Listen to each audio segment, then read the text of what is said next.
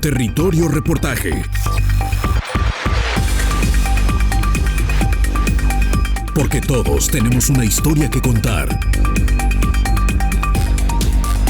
Con el periodista Agustín del Castillo.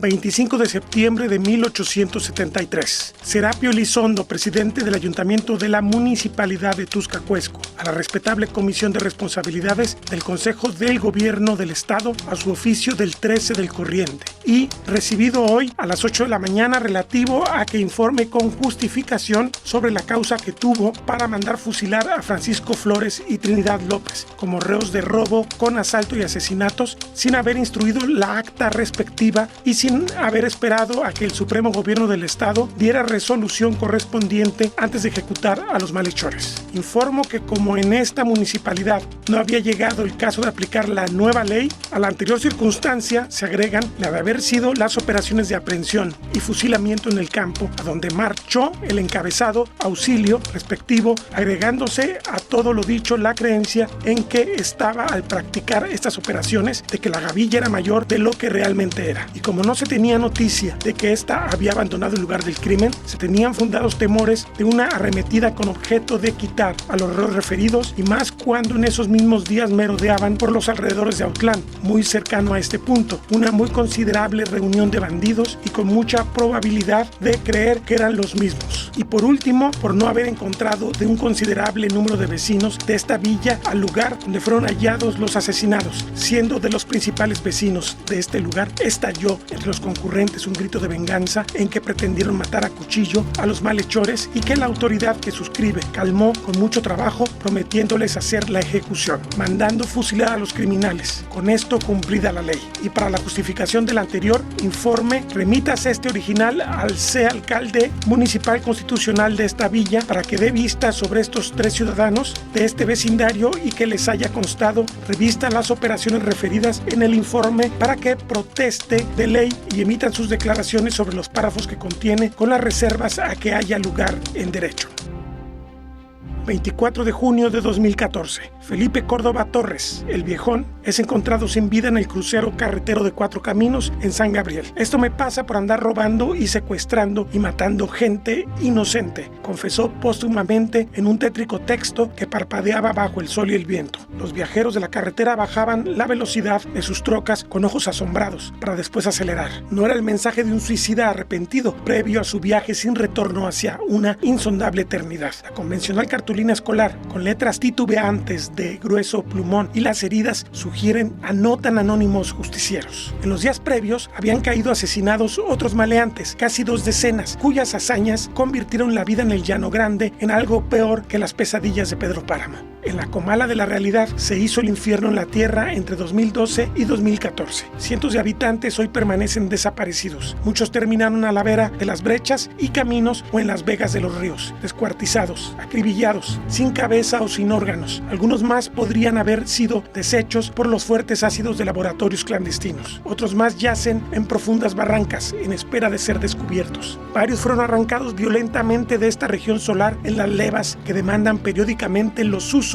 de esta violencia privada. La mayoría jamás regresará y el dolor de su memoria será tan largo como el de los camposantos espectrales de estos caseríos arrumbados. Paradójicamente, la súbita acción que busca recuperar el equilibrio para las vidas de los atribulados campesinos y comerciantes del llano fue tomada por el moderno señor de estos vastos cereales, Nemesio Ceguera Cervantes Ramos, alias El Mencho, cabeza visible del famoso cártel Jalisco Nueva Generación. Los vecinos señalan que la gota que derramó el vaso fue el asesinato de un justo, el agricultor y ganadero Ramiro Benavides Preciado, de 56 años, en las cercanías de la ruinosa hacienda de Telcampana. Esto narró un testigo en diciembre de 2015.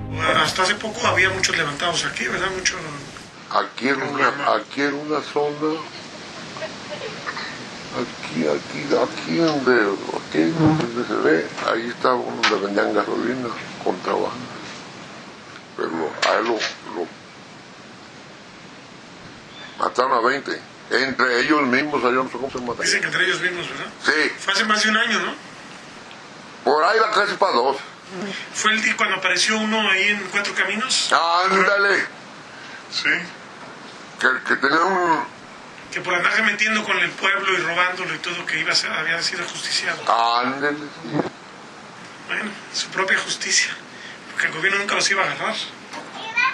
Pero ellos tenían la culpa entre ellos mismos. Se peleaban por lo... no iban parejos con sus negocios de lo que...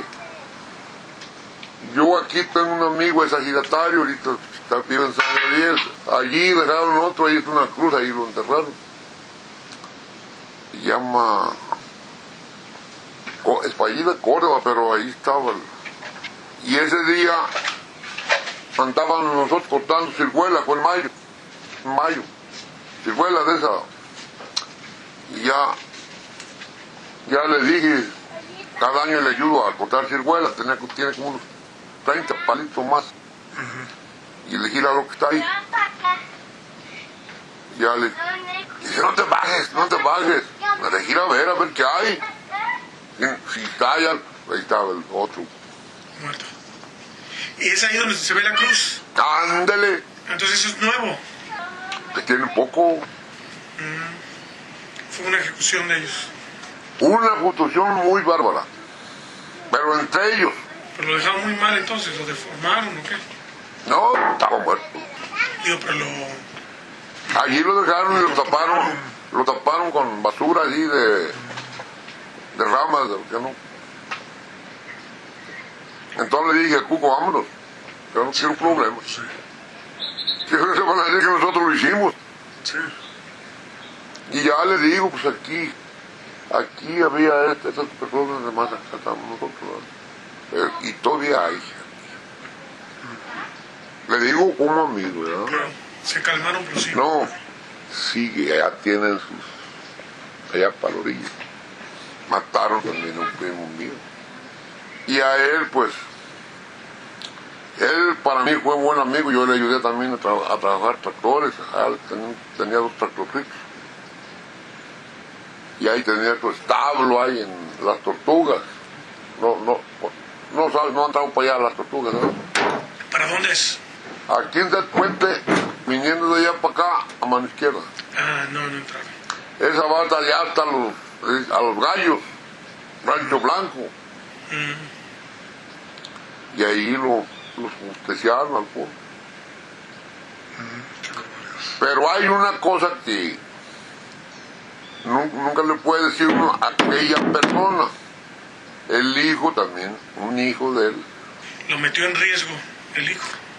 Y ese muchacho, pues, tenía como unos 50 animalitos ahí de lo que le había dado su papá, ¿no? Se le murió una vaca y hijo la tiró para allá donde tenían estos personales. Se enojaron y se vengaron con él, yo creo. Fue y la tiró allá y... Una vaca, ¿verdad? Sí me comentaron allá en San Gabriel que... bueno. Una vaca. Y ahí comenzó esta ración ahí. Tanto que ese yo están comentando. Yo andaba, no sé dónde andaba yo. Cuando llegué ya con mi señora y mi familia, oye, es que mataron a tu pariente.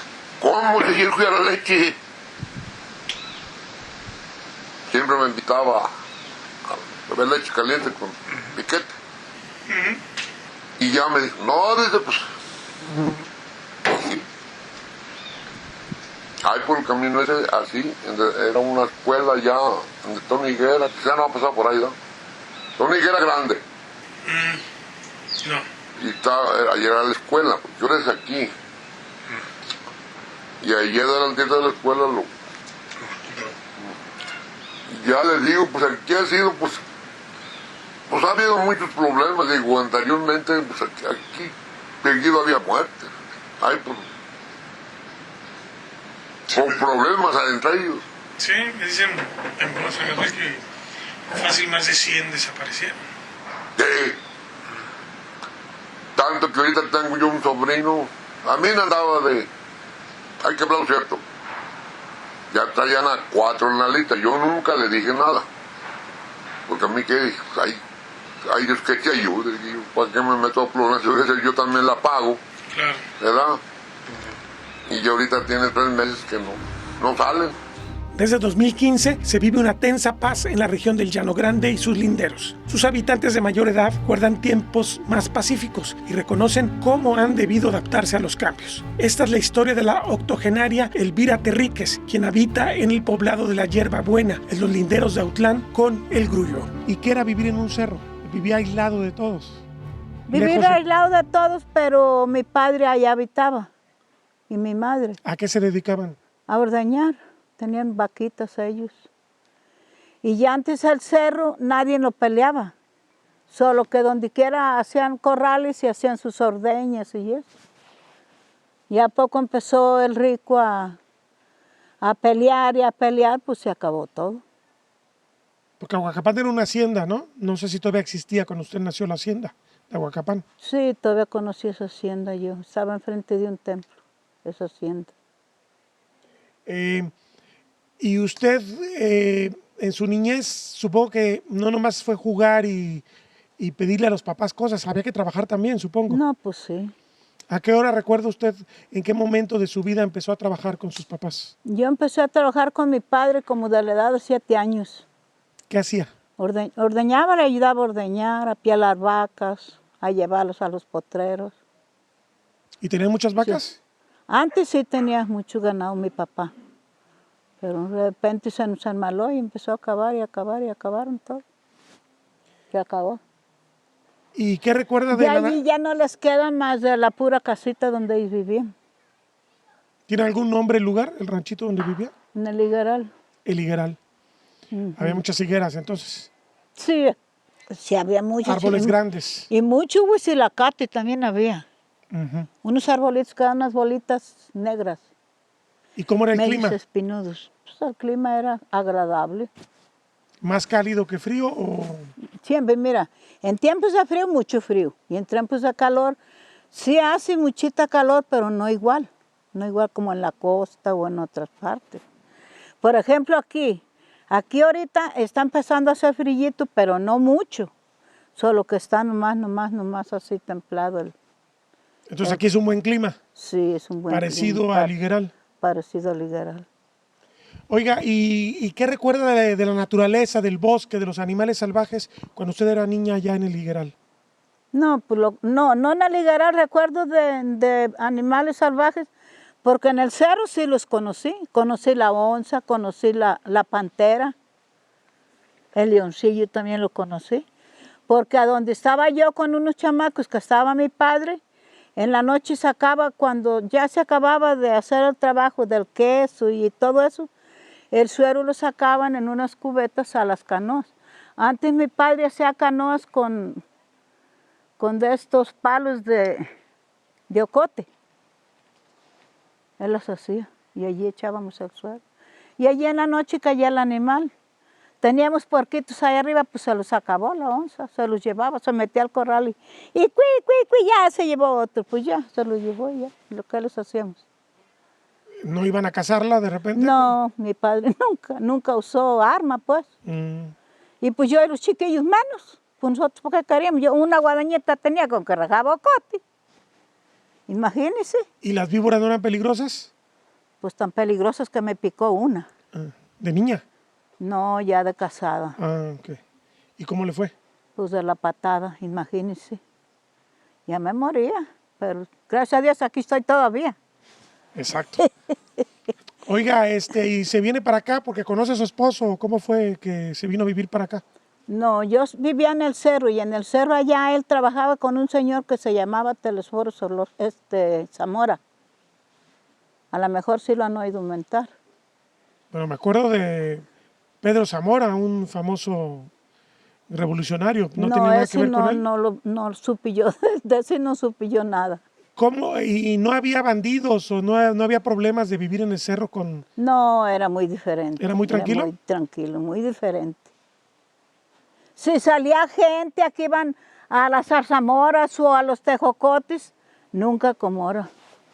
Y ahora ya no puede uno salir porque pues donde quiera ya lo secuestran a uno y si no das tanto, pues ¿qué te pasa? No vives ya. Entonces le tocaron tiempos tranquilos. Tranquilo. 10 de agosto de 2022. La operación contra la delincuencia por parte del ejército mexicano en Cuquío, al norte de Guadalajara, la tarde de ayer, y la violenta reacción del cártel Jalisco Nueva Generación dejó oficialmente 3 muertos y 19 vehículos calcinados. Esta tarde, de forma discreta, 150 kilómetros al sur del escenario del enfrentamiento, el pueblo de San Gabriel vivió un duelo por el cuate Gabriel Guzmán Figueroa, un lugarteniente muy cercano al denominado Señor de los Gallos, Nemesio Ceguera. Solo se hace un aviso a la autoridad local para la inhumación. Es parte del pacto de civilidad que hace posible que, ante las omisiones del Estado mexicano en esta región, prevalezca una tensa pax narca.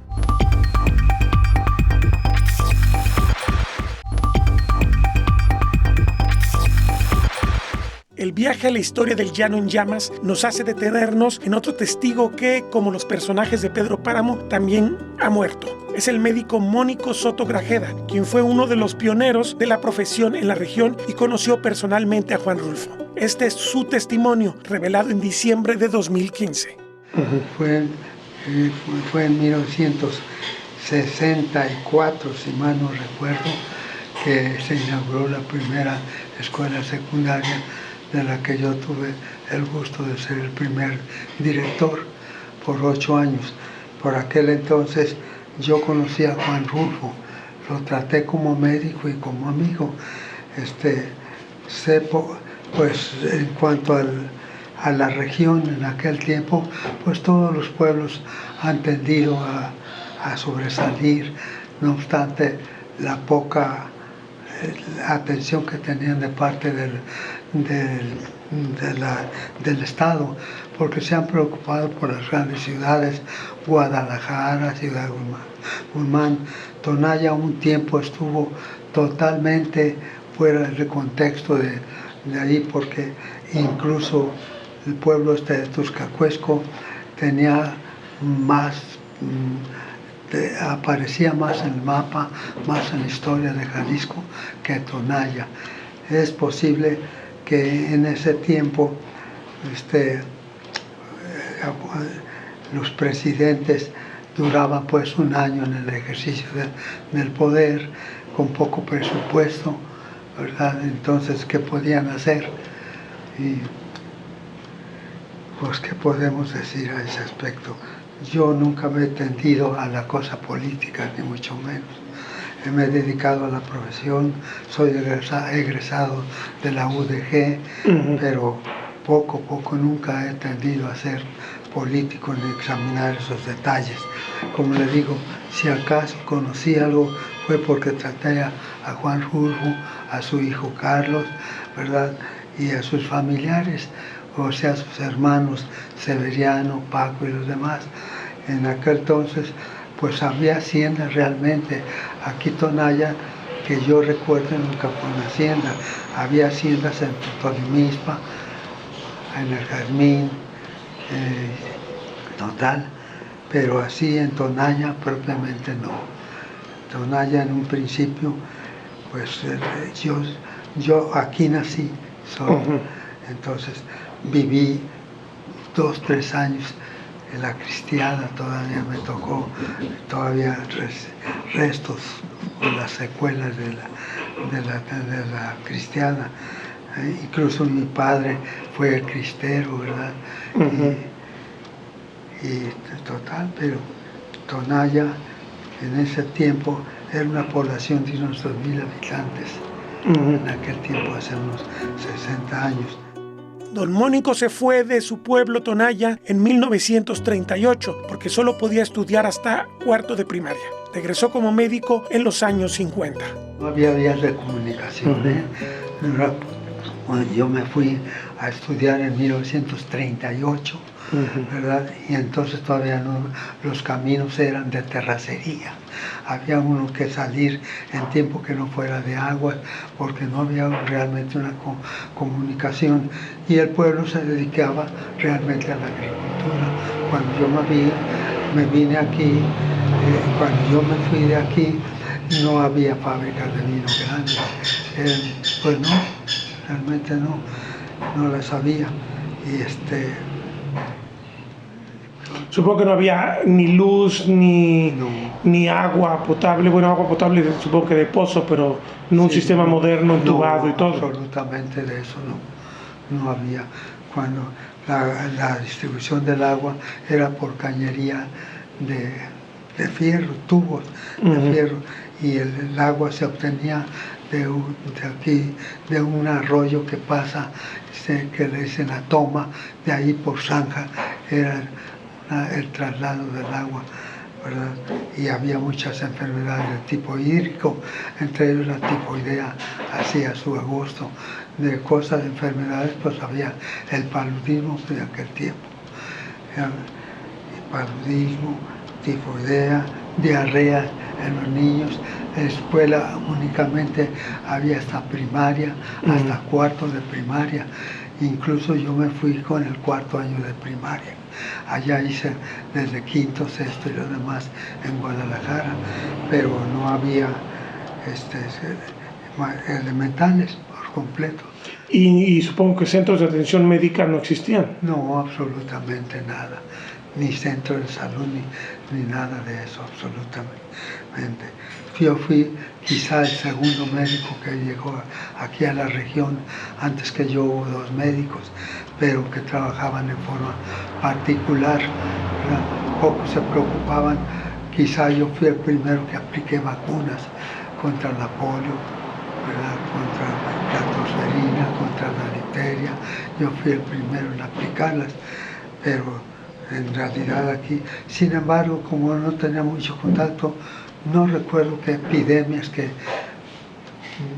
no realmente epidemias alarmantes, no, que sería en aquel tiempo la viruela, pero no, lo más que abundó aquí fue la tifoidea, las diarreas, la desnutrición, ¿verdad? Porque la familia no estaba educada, ni había los elementos necesarios para nutrir, no había electricidad.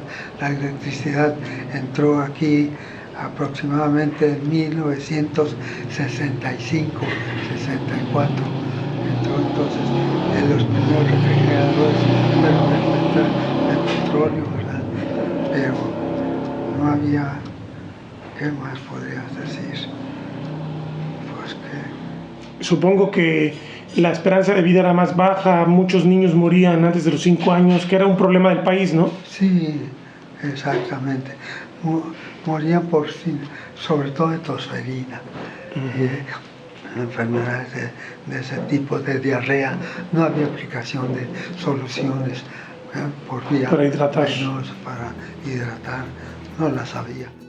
La violencia ha sido parte del paisaje histórico de la región. Tonaya ha tenido suerte, reconocía el médico de la UDG. Cuando la guerra cristera, cuando la lucha cristera, me tocó ver muertitos aquí en el portal que ve, colgados todavía. Un bandolero que azotó aquí la región fue Pedro Zamora, que muy famoso, sí. Que fue famoso aquí, y era, pues no recuerdo si en de Tula o alguno, pero fue el bandolero número 1 que azotó la región. Y precisamente a Tonaya le fue bien porque su padrino, que le enseñó a leer, era sacerdote y estuvo aquí en Tonaya. Entonces realmente a Tonaya no hubo un incendio de una hacienda que hacían hacienda El Refugio, que todavía existen ahí, todavía ruinas, donde se plantaba la caña, el maíz, que siempre ha sido el primer índole, y pues sí. ¿Y la incendió Pedro Zamora? Sí. Eso fue como tipo en 1915. Sí, yo ya no me tocó conocerlo, ¿verdad? Hubo un médico aquí que precisamente para recordarlo, que sí lo conoció, incluso varias veces lo secuestró el doctor Felipe Pérez Corona.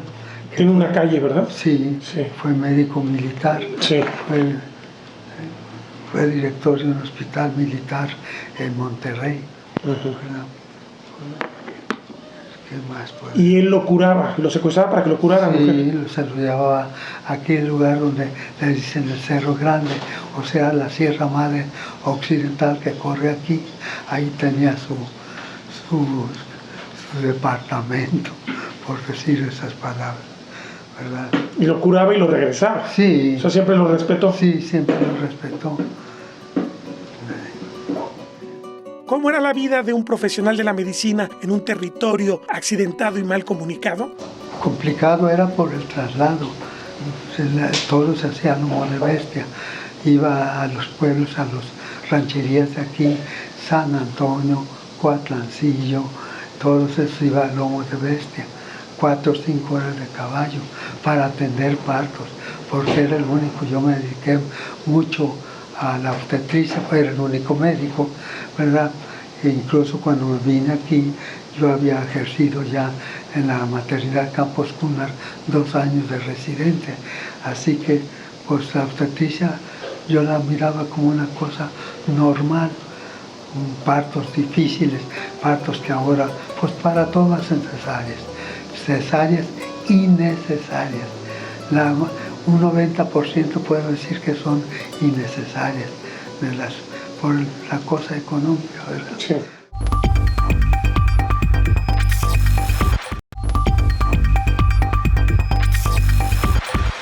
La vida de Elvira Terríquez y su prole no fue fácil pese a las abundancias que la naturaleza prodiga en la zona de la hierbabuena. Y cuando usted se vino a vivir aquí, ¿cómo era el lugar? ¿Cómo era la vida aquí?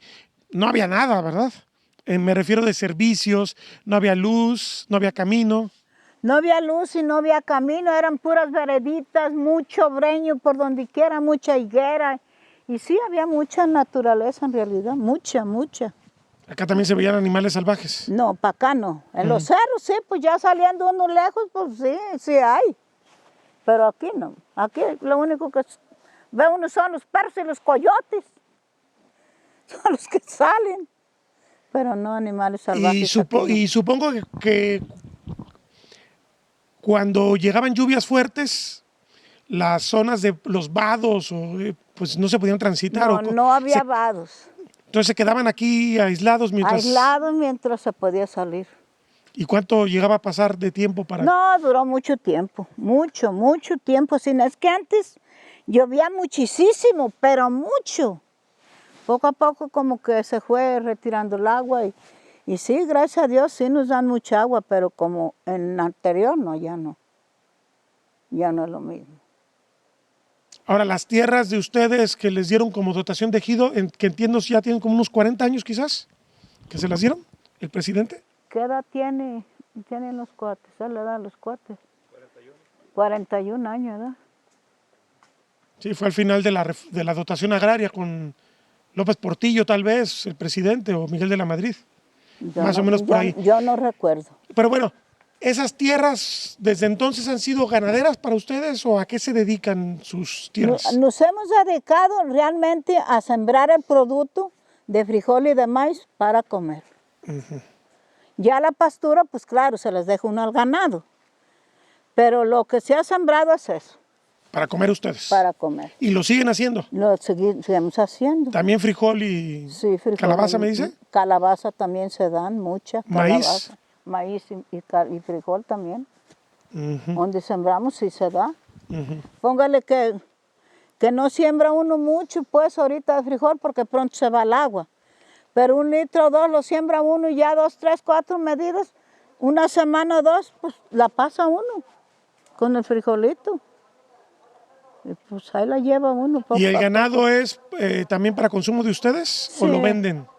Bueno, cuando ya se puede, que hay becerros así que son machitos, pues eso se lo saca uno. Pero si tienes una vaquita y tiene una becerra, pues ahí la está uno cuidándola a ver si llega a que te dé un traguito de leche. Claro. Ahora, me decía su sobrino que usted cuida su terreno, le pone reforestación y todo eso. Todo. Para que haya... Sí, ahorita le tenemos, pues estamos en un pastoreo que se está realizando mucho, en muchas partes se ha realizado eso, pues para el ganado. Que el ganado tenga más proteínas y pues le dé a uno más servicio. De hecho, no es fácil prosperar si se es campesino, sostiene la octogenaria. ¿Cuántas cabezas de ganado tiene? ¿Cuántas reses tiene? De reses no tengo ahorita más de 7. 7. Hey. Tengo 6 vacas y una becerrita que tiene una vaca. porque las otras las vendimos. En un tiempo que yo me puse malita, pues en el hospital ya ve, a uno no le dan, uno no tiene seguro, pues tiene uno que pagar. Claro, Y pues se van y ni modo, ¿qué hace uno? claro, Es lo que tienes para echar mano, pues eso es lo que hace uno. exacto. Eso es lo que hace uno, pues se llevan y eso se van.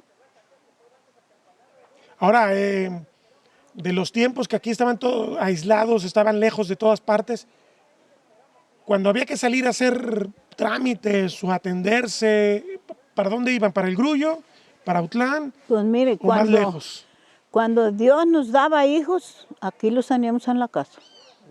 Yo mis hijos aquí nacieron, nada más tengo 2 que nacieron en el hospital, ya los últimos, pero todos los demás en la casa los teníamos. Ahí teníamos una señora que esa era la que nos asesoraba y ella es la que se encargaba. Y aquí los teníamos, no salíamos, aquí nos quedábamos. Pues qué más hacía uno más que pues, atorarle, ¿verdad? Claro. Y cuando había, no sé, picados de alacrán, ¿cómo se atendían? O picados de víbora. Bueno, cuando a mí me picó la víbora, yo tenía a este monito que está ahí, todavía no ajustaba el año. A mí me picó en octubre y él en noviembre iba a ajustar el año. Y pues a mí me llevaron al hospital, del potrero me sacaron al hospital. Él en ese entonces había sembrado con estos señores de la sidra, ¿cómo se llaman? De los Aguilares. Y entonces ya de allí me levantaron para abajo. Yo ya cuando vine a ver de vuelta a mi hijo, ya tenía yo allá como 17 o 18 días. ¿Y en el hospital dónde estaba? En el hospital regional De Autlán. de Autlán. Pero de todas maneras pagaba uno. Claro. Sí, pagaba uno entonces. ¿Y cuándo empezó a cambiar aquí el tema de estar mejor comunicados, de tener luz, de tener, no sé, agua potable tienen en las casas, supongo yo? Sí, ya Line, tenemos agua potable. ¿cuándo empezó a cambiar todo eso? ¿Cuándo llegó Pues todo no eso? me acuerdo en qué año metieron el agua. ¿Crees que no me acuerdo en qué año la metieron? ¿Cómo fue? No, pues el proceso fue que mi esposo, no sé a qué dependencia fue que le dijeron que sí le ayudaban con tubería, pero que los mismos campesinos hicieran las brechas. Hicieron las brechas, a asadón y pala, hicieron las huellas para meter los tubos. Y están los tubos todavía enterrados. ¿Fue trabajo de la comunidad entonces? De la comunidad de todos ahí. Nomás si el gobierno los ayudó para las llaves que pusimos en cada casa y la tubería. ¿Y ya había llegado la luz o fue después la No, luz? la luz no tiene mucho. La luz tiene de cuando estuvo de presidente, ¿cómo se llama? El doctor Julián. Ey. Eso fue cuando Alberto Cárdenas llegó de gobernador de Jalisco, en 95 más o menos en delante. A lo mejor sí. Sí, porque el doctor fue ese trienio, recuerdo. No, bueno, pero ya son 25 años. Sí, ya. Ey. Sí, un poquito más.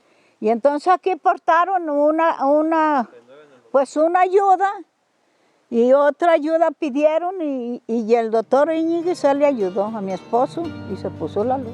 La historia de la educación, de la salud, de los empleos demuestran el punto para Elvira Terríquez Solórzano. No es posible prosperar en muchos rincones rurales del llano o de cualquier otra región rural de México. No, escuela no había. Pero ya de allí empezaron las escuelas. Tenían una mediano tejabán donde empezaron a darles clases hasta ya chamacos ya añejitos. Y ya poco empezó la niñez y ya empezaron a hacer a poco un aula y se fue así poco a poquito. ¿Y ahorita qué tienen? ¿Primaria nomás o también tienen secundaria? Hay primaria, hay kinder y hay secundaria. Nomás nos hace falta la telesecundaria. Entonces, para estudiar prepa hay que salirse, ¿qué? ¿Al Grullo o a Autlán? No, al Chante. En el Chante hay prepa. En el Chante sí hay prepa. Entonces allí se van, la prepa. ¿Y hay muchos que están saliendo a estudiar carrera también? Quién sabe, yo de allí no me doy cuenta. No sé quiénes este año hayan salido y estén todavía en la prepa o, ¿sabe? Casi no. Yo allí casi no convivo pues con los maestros, Como ya no tengo niños en la escuela ni nada, pues no, ya no me doy cuenta quiénes están allá o quiénes acá. Me doy cuenta que hay en la secundaria porque tengo esos cuatillos están en la secundaria. ¿Son sus nietos? Son mis nietos. Por eso sé que todavía está jalando ¿cuántos años duró la telesecundaria? Que no jaló la secundaria. Como 7 años. 7 años, ¿verdad? Que no había maestro para eso. Se iban, los padres que tenían modo de estarlos llevando, los llevaban al chante. Llevarlos y traerlos. Pero ya a poco lo empezaron a pelear, que hubiera quienes diera aquí, porque pues había niños que se iban a quedar sin clases ya, porque no podían llevarlos. Y ahorita como ya tenemos maestros para todos, pues ya, miren, qué a gusto están ahí los niños. Por lo menos hasta la secundaria. En la secundaria. Ahora, yo no sé, el hecho de estar en una zona tan aislada, hay trabajo en el campo, pero no hay tampoco tanto empleo. Mucha gente por eso se va, supongo, a buscar trabajo por eso fuera. se van a buscar trabajo fuera, es cierto. Aquí en el ejido, aquí no hay mucho trabajo, no. Se salen todos los jóvenes y hasta los casados se van a donde les dan chamba. Como ahorita el papá de ellos anda trabajando acá para el lado del chante. Entonces sí, tienen que salir a trabajarlo, hay que comer. Claro. Y donde hay niños, la escuela y todo, pues no, ni modo. Pero digo, hace muchos años vivían todos del campo, ya no se puede vivir del campo nomás, ¿no? No, ya no. Ya no se puede vivir del campo porque pues no creo, ya no es lo mismo. Ya empiezan a crecer la familia y ya unos se riegan para allá y otros para acá y pues ya el campo, si uno no le hace frente, pues ya no hay. Pero usted a su edad sigue trabajando, ¿verdad? Yo sí, yo gracias a Dios ando toda malita, todavía de una rodilla, pero así me ve con mi palito, me voy y está lejos hasta donde voy. Y voy y vengo, todo con mi palita y poco a poco y me vengo. El día que los niños no van a clases, que la maestra tiene cursos o qué sé yo, se van conmigo, ellos me acompañan. Y si no, este chamaco que estaba aquí va y me lleva y me deja. Y ya al mediodía va por mí.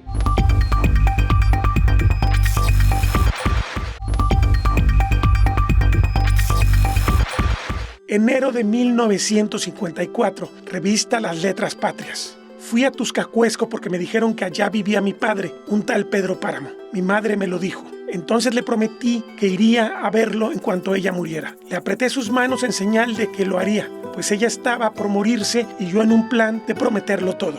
No dejes de ir a visitarlo, me recomendó. Se llama de este modo y de este otro. Estoy segura de que le dará gusto conocerte. Y yo no pude hacer otra cosa sino decirle que sí iría. Y de tanto decírselo se lo seguí diciendo aún después que a mis manos les costó trabajo zafarse de sus manos muertas. Todavía antes me había dicho, no vayas a pedirle nada, exígele lo nuestro. Lo que estuvo obligado a darme y nunca me dio. El olvido en que nos tuvo, hijo mío, cóbraselo caro. Así lo haré, madre. Pero no pensé cumplir mi promesa. Hasta ahora pronto que comencé a llenarme de sueños, a darle vuelo a las ilusiones. Y de este modo se me fue formando un mundo alrededor de la esperanza que era aquel señor llamado Pedro Páramo, el marido de mi madre. Por eso fui a Tuzcacuesco. Era ese tiempo de la canícula, cuando el aire de agosto sopla caliente, envenenando por el olor podrido de los garambullos. Las hojas de la saponaria crujen y se desbaratan con el roce del viento. El sol, blanco de luz, quema las sombras escondidas bajo la hierba. El camino sube o baja según se va o se viene. Para el que va, sube. Para el que viene, baja. ¿Cómo dice usted que se llama el pueblo que se ve allá abajo? Tuzcacuesco, señor. ¿Está seguro de que ya es Tuzcacuesco? Seguro, señor. ¿Y por qué se ve esto tan triste? Son los tiempos, señor. Y volvimos al silencio. Además del dominio territorial de un grupo de poder fáctico que desafía al Estado mexicano, en los 2000 la disputa por los escasos recursos es la nota dominante en el territorio semiseco que inspiró a Rulfo. No es justo que la venda porque, como le dije, este es un patrimonio que ha venido arrastrando el ejido desde cuando se fundó el ejido. Desde antes los hacendados ya tenían el manantial y se afectó para darle el agua a los campesinos, ¿verdad? A los ejidatarios. Porque al rico se le quitó luego las tierras de aquí, que son de la zona de riego, con todo y manantial. Entonces no es posible que ahorita este compañero, que nunca ha tenido ni de riego, ni ese ejidatario de la zona de riego quiera vender el patrimonio. Pero además, la máxima autoridad de un ejido es la asamblea, no el comisariado. Es la asamblea, pero él se ha valido de artimañas. Él tiene ese grupo de compañeros de la segunda ampliación y sale, un hermano de él sale casa por casa de los más ejidatarios recogiendo firmas y platicándoles y engañándoles que les van a dar esto, que les van a dar aquello, por tal de que le firmen a su hermano. Y ya completa el acta. En cuanto no es permitido, le digo, no es permitido por una parte. Por otra parte, él sabe bien claramente que estaba prohibido las asambleas. ¿Cómo en ese tiempo él fundó todo esto? No entendemos. Nosotros le dijimos a la Procuraduría Agraria en Ciudad Guzmán, y él también dijo, no es justo, ¿por qué está haciendo él eso? Si no hay permiso de asamblea, ¿por qué lo está haciendo? Pues allá ve, ¿por qué lo está haciendo? Ahora, ¿tienen título de concesión? Sí, la de aquí sí tenemos la título de concesión. De la Conagua. Sí, de la Conagua. Y está a nombre del ejido. A nombre del ejido. Entonces él pasaría por encima del título de concesión. Exactamente, pasaría por encima, es lo que le decimos. Si es elegido, no. Yo como ejidatario lo representé 3 años, pero luego pasa al otro y se le pasa el nombramiento al compañero que viene. No me quedo yo con él, si no nos habíamos quedado con él desde cuandísimo. Pero no es la de ahí, es que el agua está registrada a nombre del ejido. ¿Por qué ahorita esta voracidad sobre el agua aquí en la región? ¿Qué está pasando en la región? Esas grandes empresas que están ahí arriba por el llano que usted ve, ese es todo el problema. Esa es la conveniencia de todos esos empresarios que están ahí sembrando arriba. Lleno de huevo, jalar el agua desde allá. Cuando ya no se están llevando agua de aquí del río, el agua del río sube hasta arriba al llano. ¿La están bombeando? Sí, tienen pozos ahí por el llano. ¿Y tienen permisos de la Conagua para hacer eso? Deben de tener. Y si no lo tienen, han comprado concesiones a los compañeros de la ribera del río que tenían concesiones en alguna playita, ellos han comprado concesiones. Y de esas concesiones que han comprado, estaban ellos valiéndose de eso. Y digo, de repente se presenta una sequía, ustedes tienen este manantial, pero un montón de pueblos tienen problemas cuando hay sequía, ¿verdad? Exactamente. Esa es la tirada, como le digo. Como le decía yo, alrededor de aquí de nosotros hay muchos ejidos que ellos mismos hablaban por fax o por todo, a nosotros nos decían, no vayan a permitir que les vendan su agua, que la venda este cabrón, y mándenlo a la fregada. Mezcla de verdad y fantasía. Resulta que Pedro Páramo sí existió, según lo dice don Ramón. He visto la historia de lo que es ahorita el Petacal, junto con toda esa región del riego que vivió en Comala. Sí, lo de Juan Rulfo, Pedro Páramo. Pedro Páramo. Pero en realidad Comala, dicen que se basó en Tuscacuesco, no en Comala. No en Comala. Pero Comala se oye bonito. Se oye Comala bonito. está fuera de aquí, ¿no? Comala sí está fuera de aquí, está en Colima. Exactamente. Y él ahí vivía y él, ese Pedro Páramo, es el que decía, pues conocía todos los territorios estos, desde donde era de la señora del Petacal, de doña María Rojas, y él conocía toda esta región. Entonces, Pedro Páramo sí existió alguno que se llamara así. Sí existió, Pedro Páramo sí existió.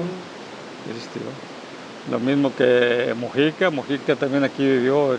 El que se hizo padre. El que hizo padre. Que fue cantante muy famoso, ¿verdad? Sí. De San Gabriel, ¿no? De San Gabriel. Sí. Él aquí vivió en Tolimán, aquí vivió en el llano, en tal cerrito, así, estaba para allá un ranchito, él ahí vivió. Hasta un compañero de nosotros sacaba la leyenda que decía, en ese cerrito nació un gran artista llamado José Mojica. Que renunció al mundo y se hizo cura. Se hizo cura. Pero quién sabe, ¿era buena persona? Pues según ellos era buena persona. Pero Juan Rulfo no lo vieron ustedes ya al escritor. No, ya no, Juan Rulfo. Porque digo, pues es el hombre que hizo famosa esta región a nivel mundial. Es el hombre que hizo famosa. El Llano en Llamas. Él ya no lo conocimos nosotros ni. A los hermanos sí, me acuerdo yo de un hermano que vive en Sayula, don David. De hecho uno fue diputado, David Pérez Rulfo, no sé si era su primo o su tío, algo así. Era su tío. Era de Sayula. Su tío ahí de Sayula. Don Mónico Grajeda señalaba que el ambiente provinciano podía ser asfixiante. Había que salir de la región para tomar distancia. Así lo hizo él, así lo hizo Juan Rulfo. El médico se reconocía en un cuento del Llano en Llamas. Diles que no me maten. Todos eran un catolicismo de un 98%. Así que Juan Rulfo, pues los libros los escribió ya cuando se fue de aquí en Tonaya, vivió 6 meses Juan Rulfo, y los escribió después de que se fue de aquí, ¿verdad? Hay alguno por ahí que diles que no me maten, todos los he leído, y uno posiblemente algo me menciona a mí, que traían un enfermo, no, caminen, lleguen a Tonaya, se dice que hay un médico, yo entonces era el único médico. Creo que se puede referir a mí, en otros sí se refiere llanamente a mí, porque pues yo atendía todo. En la época que usted era médico aquí, no había un médico en otros lados de toda esta región. Entonces usted tenía el monopolio, digamos. Sí, el mero gallo. Sí, no era el único, ni en Tusca, ni Tolimán, ni San Gabriel. San Gabriel después hubo un doctor que se apellidaba Santa Cruz, pero fue posterior a mí, algunos años después. ¿Cuándo empezó usted a ejercer aquí en Tonaya? 1953. Ya es cuando regresó de la escuela. Sí, yo soy de la generación 1947-1953. Entonces sí duró unos 15 años en Guadalajara, desde que fue a terminar la primaria. Sí, cómo no. ¿Y cómo le hizo para...? ¿Tenía familia en Guadalajara? O... Sí, un tío mío. Allá vivió con él. Sí, que en aquel tiempo se decía, era el hombre más rico de aquí, de Tonaya. Se llamaba Esteban Soto, hermano de Rito Soto. Okay.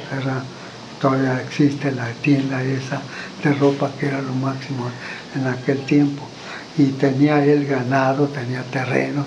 Lo usual de aquel tiempo, tener mucho ganado, tener terrenos y total. Tuscacuesco, 25 de marzo de 2005. El sol cae después de mediodía y cubre con su oro las lápidas de los muertos que duermen en el cementerio de Tuscacuesco. Evodia Medina de Torres es huésped de uno de los sepulcros más viejos que se conservan, un modesto monumento de arcilla, el polvo estéril con el que el Señor infundió la vida a los humanos, según el autor del Pentateuco. La muda piedra tiene inscrita una fecha, 20 de agosto de 1942, cuando concluyó el viaje terrenal de esta cristiana, cuyos avatares han quedado sepultados junto con sus restos mortales, reducidos al silencio, esparcidos en la nada. El texto funerario casi balbucea: vosotros todos los que me habéis amado, consolaos, dejo una tierra de miserias, voy al cielo, pero no os olvido. Borrosa, erosionada, parece una frase muy personal y muy propia para esta región asolada durante años por la violencia, acentuadamente entre 1910 y 1970, aunque en realidad se trata de una inscripción disponible para los dolientes que ofrece toda agencia de luto que se respete y que salpica otras bardas y estelas de esta pequeña república de difuntos que siempre prospera en las orillas de los mundos de los vivos. Hoy mismo recibirá un nuevo ciudadano, doña Ramona Rodríguez, muerta en Estados Unidos a los 100 años por la impresión que le causó el deceso de su hija María Trinidad, que pronto alcanzará en el sitio de reposo. La anciana ha bajado del avión, ha recorrido las carreteras y llega esta tarde a la misa de cuerpo presente que oficiará el cura Óscar Llama Sánchez. Después, el cortejo la acompañará al panteón y se escuchará de la voz del presbítero que los muertos son durmientes que resucitarán por la promesa divina. Las tumbas se multiplican y acogen más de una centuria de la memoria de esta cabecera, antigua capital de la región de Amula. Al Camposanto se ingresa por un camino de terracería que conduce a un cerro enjuto que conserva apariencias desoladas. Una gran higuera con sus raíces caprichosas, anchas y retorcidas, parece montar guardia frente a la barda y extender la copa frondosa y protectora, con verdores vitales aparentemente inextinguibles. Desde aquí dialogan los muertos encantados de Pedro Páramo. Las sombras dominan, inmunes ante el poder de la luz. Es que en el principio fue Tuscacuesco. En una breve estancia de sus años mozos, un Juan Rulfo en vigilia sale a las calles del poblado jalisciense en la madrugada. Todo estaba a oscuras y como no había llegado la energía eléctrica, la gente se iluminaba con velas, con lámparas de petróleo o con antorchas. A Rulfo le impresionó, parecía un espectáculo de fantasmas. Por eso dijo que fue en Tuscacuesco donde encontró la inspiración decisiva para su obra, relata el cronista de San Gabriel, Enrique Trujillo González. El escritor se lo comentó a Fernando Benítez en una entrevista publicada en 1980, en ocasión de su homenaje nacional. El pueblo donde yo descubrí la soledad, porque todos se van de braceros, se llama Tuscacuesco, pero puede ser Tuscacuesco o puede ser otro. La demarcación está entre las 15 más marginadas de Jalisco. En 1980, 26.6% de su población mayor de 15 años era analfabeta. Hoy se ha reducido a 17.75% según estadísticas de 2021. Tampoco ha estado ajeno a la tendencia a la concentración de la población. De 22 localidades que se registraban en 1980, 1980, 2 se despoblaron completamente. Sin embargo, la introducción de servicios básicos no se ha detenido. La cobertura sanitaria es cercana a 98% y solo se padece de falta parcial de medicinas. Una sola comunidad permanece sin electricidad y hay, en cambio, marcadas carencias en agua potable. La eficiencia no debe ser mayor a 70% en ese renglón. Hoy, el visitante no puede reconocer en el moderno Tuzcacuesco la febril imagen de purgatorio que inspiró al más célebre de los creadores jaliscienses. Apenas sobreviven esas viejas tapias avejentadas en algunos pasajes del poblado. El antiguo empedrado fue sustituido por pavimento hidráulico y adoquín. Las casas históricas fueron derribadas y hoy impera el ladrillo rojo y el automóvil en vez del adobe y las bestias. A las mujeres enlutadas han sucedido las muchachas que lucen libremente sus cuerpos en ropa entallada. La antigua iglesia fue derribada 2 decenios antes de esta crónica y ahora se cuenta con una edificación moderna que para muchos recuerda a los mercados, con vitrales que narran algunos de los pasajes memorables del cristianismo. A un lado de la plaza principal, un largo y feo galerón con techo de 2 aguas hace el papel de casino. Y mientras el edificio de la presidencia municipal fue levantado con cierto respeto del estilo del poblado, la casa de al lado, propiedad del actual alcalde Jaime Almaraz, un migrante exitoso en Estados Unidos, parece un implante californiano con jardín y rejas que encaja de manera dudosa en el conjunto de un pueblo tradicional mexicano. Óscar Llama Sánchez, el cura de la parroquia, opina: en el siglo pasado hubo cacicazgos en persona. Ahora eso puede quedar en las empresas extranjeras. El papel que debemos desempeñar es hablar con los fieles y despertar su conciencia para que logren el empoderamiento a través de la organización social, las cooperativas, para alcanzar salarios dignos y prestaciones. A su juicio, la modernidad cambió el silencio físico y espiritual que los ritos de Semana Santa significaban para los fieles, pero también ha eliminado de forma gradual la religiosidad hipócrita y ritualista que se describe en el mundo de Juan Rulfo. Caminamos a una religiosidad no oscura, sino de resucitados, de un Dios vengador a uno que perdona, subraya. Podemos decir que Pedro Páramo y su mundo de condenados hoy pueden alcanzar el perdón. Pedro Páramo hoy tiene redención porque hay esperanza, contesta sin afanes retóricos. De vuelta a la República de los Difuntos, las criptas del cementerio permanecen impávidas. De lejos suena una canción de José Alfredo, Ando volando bajo, lastimera, con sus típicos ribetes de desconsuelo. Y la madre Imelda, muerta en 1952, se atormenta en su tumba y pregunta en su epitafio por el adorado Dios evasivo que se esconde entre las figuras engañosas de un mundo terrenal perdido para siempre. Territorio Reportaje. Porque todos tenemos una historia que contar. Con el periodista Agustín del Castillo.